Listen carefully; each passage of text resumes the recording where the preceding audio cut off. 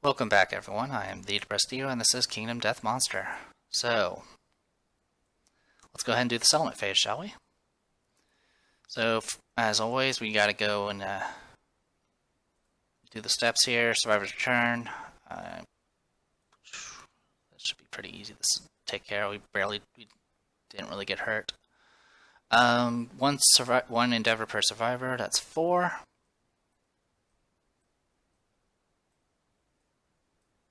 Get 4 from that.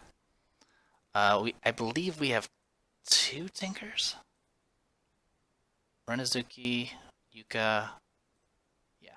So we get 2 from Tinkers. And then we get an additional 2 for Collective Toil. Yeah, Collective Toil is not really that popular compared to Embrace the Darkness. But I don't have issues with it. It's an interesting play because the issue usually is you get so many endeavors through other means that you don't really need the extra endeavors, but it's still something. And I like changing it up a bit. In any case, next we need to up the timeline, which I was about to do that with one of my endeavors. Do with this. Alright, this should bring us to 12. 4, 8, 12. Alright, we're going to be dealing with the year 12 stuff. In any case, what's the order we do this in? First, we got to do settlement event. So we'll do the settlement event first. Also, I haven't put away the white line stuff. Shuffle, shuffle, shuffle. Alright, what do we get? Clinging Mist. Oh my god. Alright, let's do this. Roll 1d10. If we get New Game Plus, I'm taking it. 2. Alright.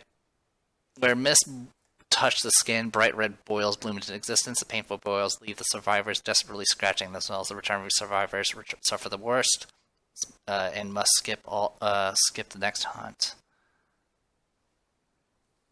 So what do I want to do with this? Now,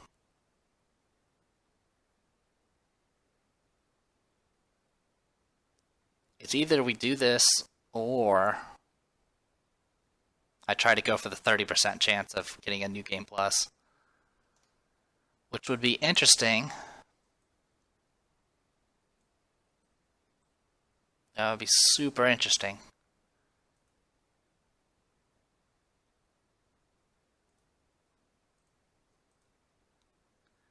I'm half tempted to try it. Honestly, the returning survivors having to skip the next hunt is not a big deal. One of them has to do it anyway. The other potential thing we can get is the wonderful, wonderful cover yourself piss type event, which I might actually do with Hitate just to clear off apathetic. I mean, it'll give her -1 luck, which sucks, but it's not.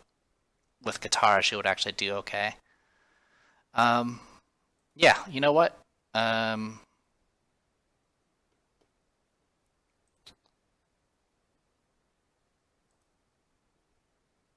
We'll use.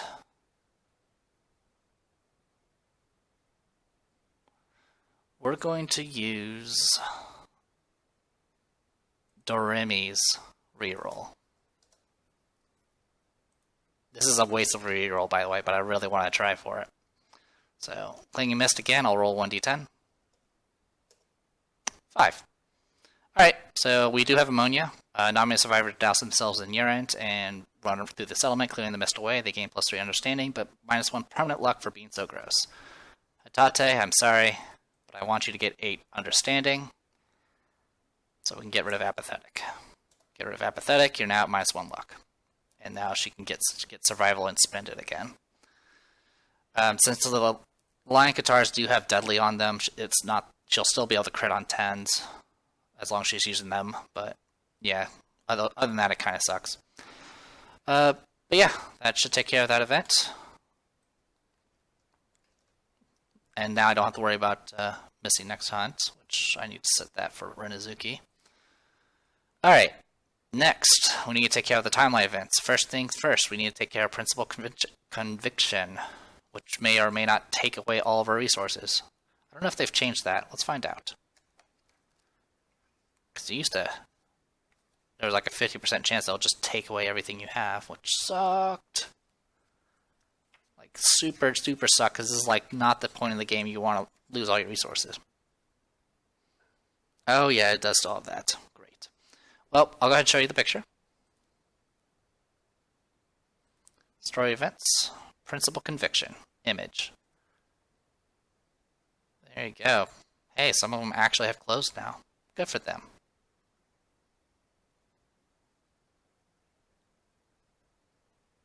And it looks like they're sitting on like a giant dead body. So got that going for it. And then essentially it's this again. The survivors must find a reason to be, the treasure the darkness in all its mystery, or seek to master it and grow strong. Your group must choose one. You either master the darkness or treasure the mystery. So, problems with treasure the mystery, of course, is that it adds Bone Witch again, though Bone Witch is not as bad anymore.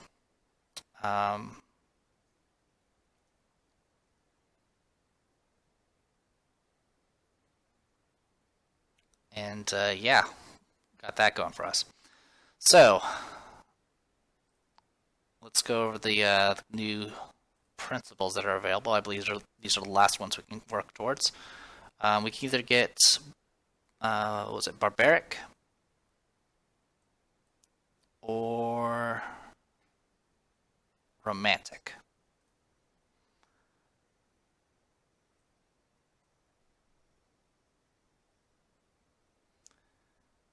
Alright, so Barbaric is believe in the power of human strength to overpower any obstacle. All current and newborn survivors gain +1 strength, and you get the +1 survival limit. Or you do Romantic, in which case when you gain a random fighting art, draw 3 fighting arts and select one to keep. That one is super selective. Is that what it used to be? That's crazy. Well, yeah, I guess it's that. I mean, as much as I would like to take Romantic, which could potentially get you +1 luck and prey, we'll take Barbaric. So we'll go ahead and roll 1d10. This one I might actually need to burn a reroll for. So here's what'll happen. Let's see if this is the same. I think it's the same. Yeah, it looks to be the same. So next year, Hands of Heat will activate again. 1 through 5, the settlement celebrates, and you lose all resources, including the storage. If 10 or more resources were lost this way, departing survivors gain +1 permanent speed and the Honorable Disorder, which is nice, but I don't want to lose all my resources, because, you know, I kind of worked hard for those. And if you get above it, you can nominate one survivor who can get the Thunder Color ability, which allows you to automatically, once a lifetime on a hunt board space after Overwhelming Darkness, in place of rolling a random hunt event, you can use 100 as your result, which could potentially get you, essentially, the Thunder Color unique weapon. So, I'm just going to go ahead and roll 1d10 and pray. Alright, I'm using a reroll. This is the entire settlement involved, so I am going to use somebody's reroll. Because I don't want to lose all my resources, because that sucks. Kyoko, thanks for volunteering. Alright. There we go. Thank you. Thank you, Kyoko. Swept that problem away. Alright, nominated survivor. They gain +1 courage and the following ability, Thunder Color. Alright, who wants to get 4? I think Yuka. 1, 2, 3, and 4. She gets Matchmaker. We do need to take care of the bold event, so I'm going to roll 1d10 for that now. I get a 9. For bold, I'm just going to open my book in front of me. Age, Armored Strangers, Birth of a Savior, bold. So this was during settlement phase. I now have Matchmaker, great. 9 is +1 permanent strength. So she is at 4 strength, which is going to get higher because of the Barbaric. So, which means I'm going to be updating a lot of character sheets after this. And she gets Thunder Collar, so I'll go ahead and make note of that as well.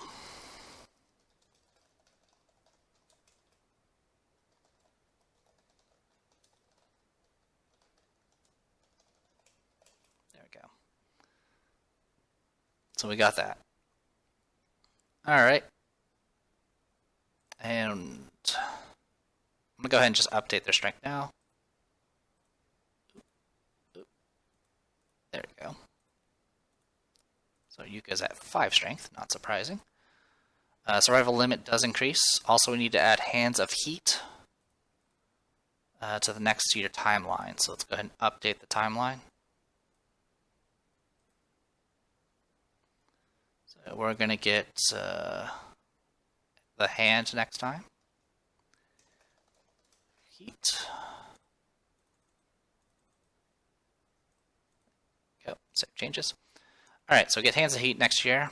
And then that is it for the principal conviction. I will add Barbaric in a second. Let's add +1 to our survival limit while we're here. Done. Alright. All that's taken care of. Next, we need to do Hooded Knight. So Hooded Knight comes back. It's going to go say hi to, I think it's Kamachi. I think Kamachi is the one that has the sword right now. Kamachi, are you the one with this Twilight sword? You are. Good for you. Well, since I have you open already, here, have +1 strength. Alright. So, the Hooded Knight so if the stranger emerges from the darkness, if any survivor has the Twilight sword, they duel the knight. So, duel, roll 1d10. The Hooded Knight converts the bearer of the Twilight sword. They roll on the table. Add +1 to the result for each Twilight sword weapon proficiency level. She has 2 right now, so it's going to be 1d10 plus 2. 6. The survivor is badly wounded, suffered the gaping chest wound, severe chest injury. The knight has unfinished business. So she's going to get gaping chest wound. I could re-roll it, but it's not killing her, so I'm not that bothered by it. Gaping chest wound does -1 strength. That's pretty much the gist of it. Severe injuries. It's a chest injury. Suffer -1 permanent strength. This injury is permanent. Can be recorded multiple times. Gain 1 bleed token. So technically she gets a bleed token, but I'm not going to worry about that. Essentially, I needed a 7.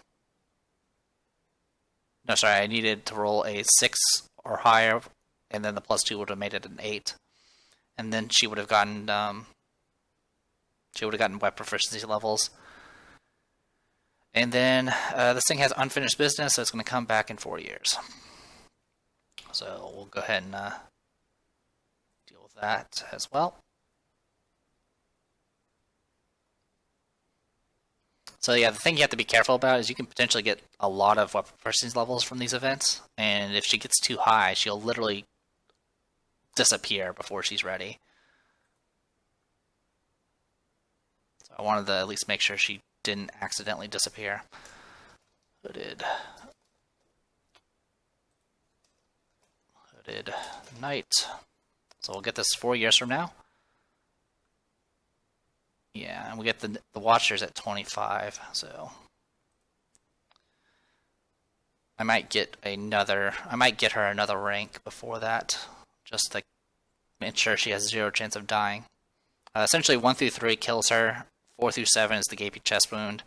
8 through 9 gets her a weapon proficiency, but she loses all survival and can't gain survival this settlement phase. 10 gets her just a weapon proficiency level, and then 11 plus gets her 2 levels, +1 insanity, and +1 survival. So gradually, she'll just keep fighting until she either dies or maxes out her mastery. Alright, that takes care of Hooded Knight. Takes care of everything else. Let's finally get started on this junk. Let's go ahead and grab Barbaric while we're at it. Barbaric. There we go. So, 1, 2, 3, 4, 5, 6, 7, 8, 9, 10, 11. Innovation deck? Okay. So first things first, let's go ahead and take care of the innovation now. So we might as well. So, we'll just use a regular monster bone, a monster organ, and a curious hand. Fairy's Hand will go back to here. And then the rest goes here. Alright. And then we draw 4 cards because of our usual stuff. Paint! We finally get it! The settlement swells with creative energy. All survivors gain dash. Once per round, spend 1 survival to gain +1 movement and use it immediately. Add paint consequences to the innovation deck. We're taking paint. No questions asked, we're taking paint.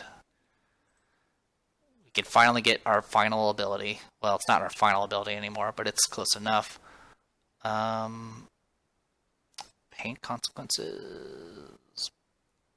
Paint consequences. And paint consequences. I think that's all of them. Yeah, we've actually gone through a lot of the deck at this point. All right. Finally get paint. So we're at 13 innovations. Not surprising. Okay. And that essentially gets us access to dash, which is super useful. Really, really useful. Alright. Okay, so that's the good news.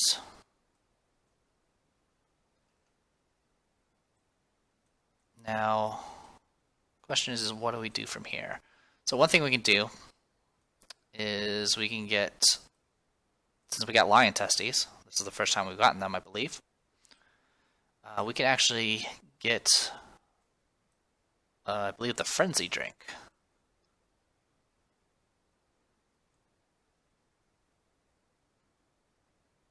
Yep, so we can get frenzy drink. Also, since we now have access to paint, if we get a bladder and an organ, we can get blood paint, which is pretty awesome as well.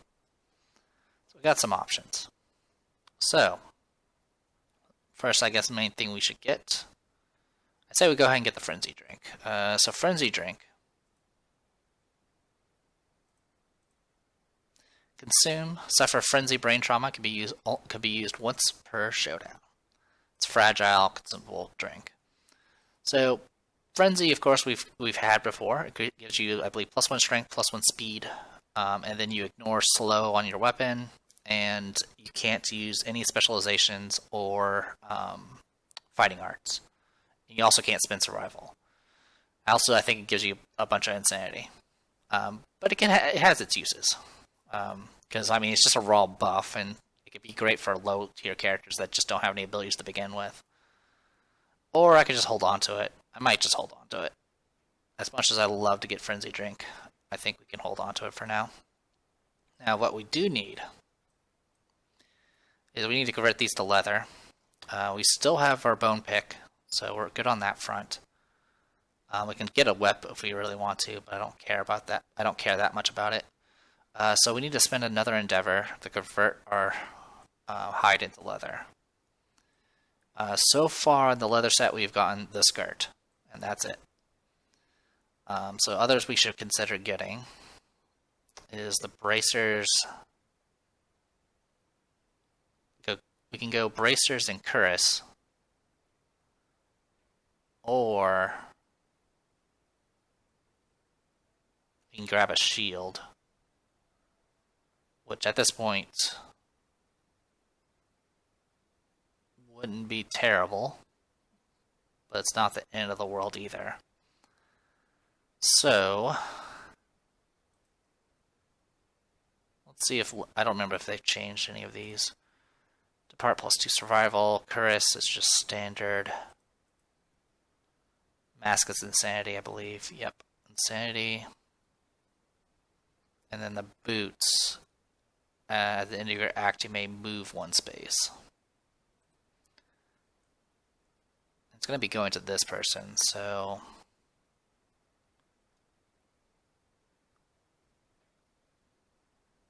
if we had a green tap to the right, we can do something with that. But I don't think I have a green tap to the right. We do if I go Zombato, which we haven't even messed with yet. We haven't even touched the Zombato yet. Weaponsmith? Weapon crafter, there it is. Yeah, Zombato here. Frail, but it has deadly, and it can have devastating 1 on it. It's a pretty brutal weapon. But I guess I ain't feeling it. So don't need any monster tooth necklaces. Yeah, I don't what direction do we need it for? We need it for the right side, don't we? Which we can only get from a Zombato and the leather bracers. But I can't get leather bracers because I don't have enough hide. It's just a lose situation all over the place. Alright. So, this is what we'll do. We'll do...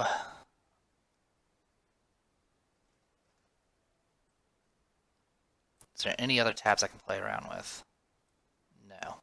Literally no. Not at all. We can drop the skull helmet. At this point, I'm probably going to go ahead and drop the monster tooth necklace. We can do this. I don't think we have any up top things anymore. She can take care of all the gathering.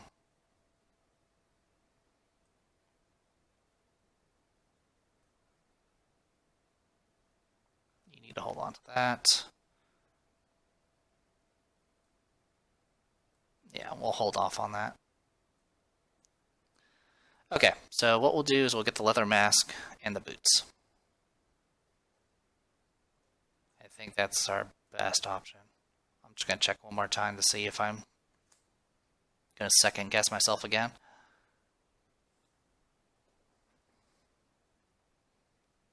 Actually, we'll get the cuirass and the boots. So that's going to use up, we'll use up this great cat bone. It's going to use up this hide, and then it's going to use up this hide and the wild card for the boots. Okay. So we'll do that. Put this all back. Put this back in that. That leaves us with this monster organ and lion testes, which we'll probably just hold on to. I have nothing better to use them on. Alright, so let's go ahead and grab those 2 particular items.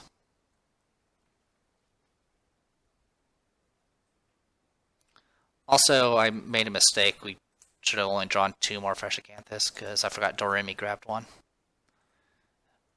So one of those plants got wasted. Anyway. Why am I on this? Go here. Alright, leather. We want, I stated, the cuirass and the boots.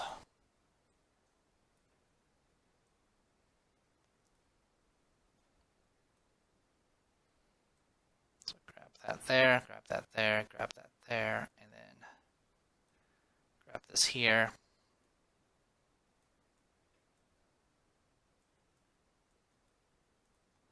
Okay, so she'll at least have some decent armor. Yet, spare equipment all over the place now. And I'll take care of that. Alright, next, let's go ahead and do some endeavors. We'll do Shrine first. 4. 4+, departing survivors get +1 armor to all hit locations, always good. Which will be great because we are going to be doing a level 2 next, if possible. And then, just checking a few things. Yeah, it's fine. Okay. And then we got drums to play around with. There's not really anything I want to do with drums at the moment. So I think we're just going to do a bunch of auguries. We do have Yuka as a matchmaker. I don't think anyone else is a matchmaker. We do have... Oh, wait. We didn't send her out, so... yeah, matchmaker. Only works as a returning survivor, by the way, so that's why I can't use Kamachis. So Yuka will spend one endeavor to go ahead and just activate Intimacy at this point. And who do I want to use?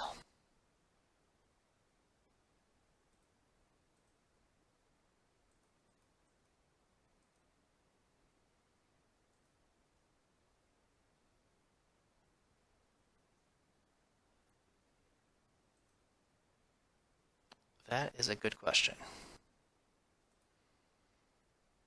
Tate would be the best one. Well, anyone with 4 or 5 would be best. We can do Renezuki and then one of the other characters.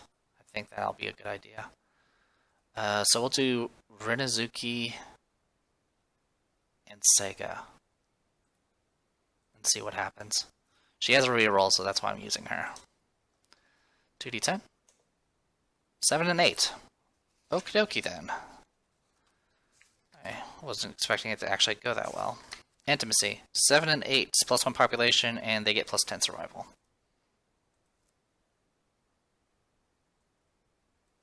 We'll just do that. 7 survival. And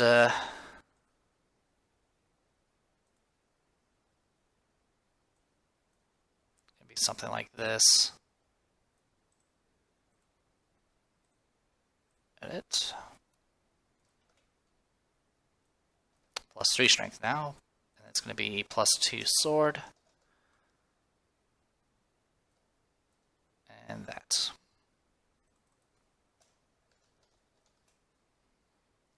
I'll get a name later. Alright. So there you go, +1 population. It'll of course be female as usual. And then anyone else lacking in understanding.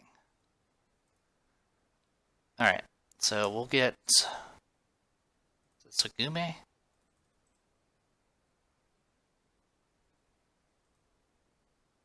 No, Tsugume has 3. Shikieki, I'm assuming you're fine. Oh, Shikieki. Alright, Shikieki will roll for you. Also, you don't need to skip next hunt anymore.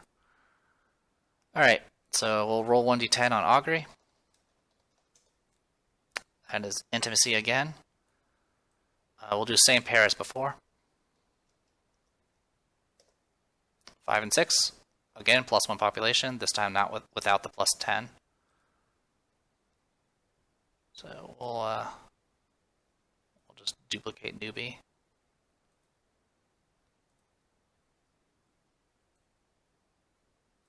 There we go. Alright. And then we'll spend another Augury. 2. Alright, we lose 1 resource, but she'll get +1 understanding. We'll get rid of a Dridecanthus, because we have tons of them. Okay. And then she's going to get +1 understanding, which is going to trigger Tinker. We'll roll 1d10 for her insight event. 8. +1 permanent accuracy. Not bad. Alright. Takes care of that. That was that endeavor. We got 2 endeavors left.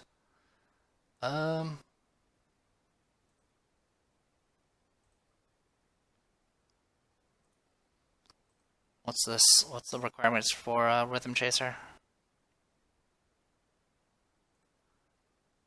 If you don't have any heavy gear in your gear grid. Alright, so I'm going to go ahead and spin an endeavor using drums to get her Rhythm Chaser. I can't spell. Actually, I was on the right track. Who would have thought? Rhythm Chaser. That'll be another endeavor. And that leaves us with 1 endeavor left, which I'm going to do... is Twilight Sword classified as heavy? I don't think it does. Weapon, melee, two-handed, slow, curse, cumbersome. It is not. I'll give Rhythm Chaser to Kamachi. There you go. Got that going for us. Also, while we're at it, she needs to get +1 strength. Alright. I think that's everything. Who's my cursed individual? I know we have a cursed person. Was it...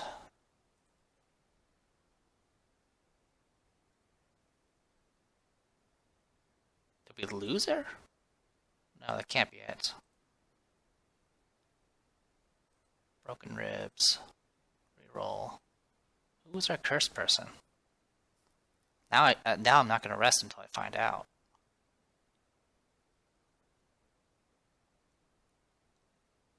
Is it Hikashia? No. You don't even have a character sheet. Nope, not you. Well, I'm going to need to open all these anyway at some point, so let's go ahead and just knock that out. You have a reroll. We know Sagumi doesn't have it, though we do need to open hers anyway. So we'll open it. Yeah, you got a bunch of stuff, but not what I'm looking for. Also, while we're at it, let's go ahead and get Unzon back open. Yuka, Kamachi, Shikieki, Menariku, Sawaku? Is it Sawaku? Nope, it's not Sawaku. Oh, that's right. Sawaku, these people were from the Kingsman fight. Immortal, Clutch Fighter. Did I inadvertently kill the person that was cursed? Is that what I did?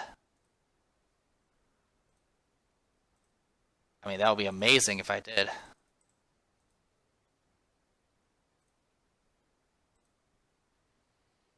Kashia, no, no, no, no, no, no, and no.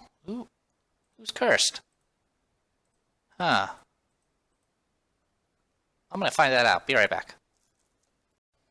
Alright, I had to go and relook at the footage. It's Sugume. Sugume is cursed. Not sure why I didn't have it listed. I think I originally just had the armor near her portrait, and when I shuffled everything around, I completely forgot. So, King's Curse. Alright, so she's cursed, and other than that, we're good to go, I think. Actually, with that in mind, I'm actually not going to give her Rhythm Chaser, because that's stupid. So, I need to give somebody else Rhythm Chaser. Who is the most deserving? We'll give Ringo Rhythm Chaser. There we go. And I'll probably take her on the next hunt. For the good of the people. So yeah, next hunt, I plan on doing level 2s. And we'll see what happens. Going from level 1 to level 2 is usually pretty brutal. Mainly because in both cases of the lion and the antelope, they have an ability that allows them to essentially run around a bunch. And you definitely need to be able to get away from them or out of the way with things like dash to make do. So I think I'll go for the antelope because the antelope gives a lot more loot. And we'll see how it goes. As for who we'll send, probably Ringo, because like I mentioned before, she is working on club proficiency, and with that, I should be able to clubs have extra luck on certain locations on the antelope, and with our extremely high, our ever-growing strength, we should be able to handle the additional toughness of the antelope pretty easily. The only thing we'll have to worry about is it running around a lot, but that's not the end of the world.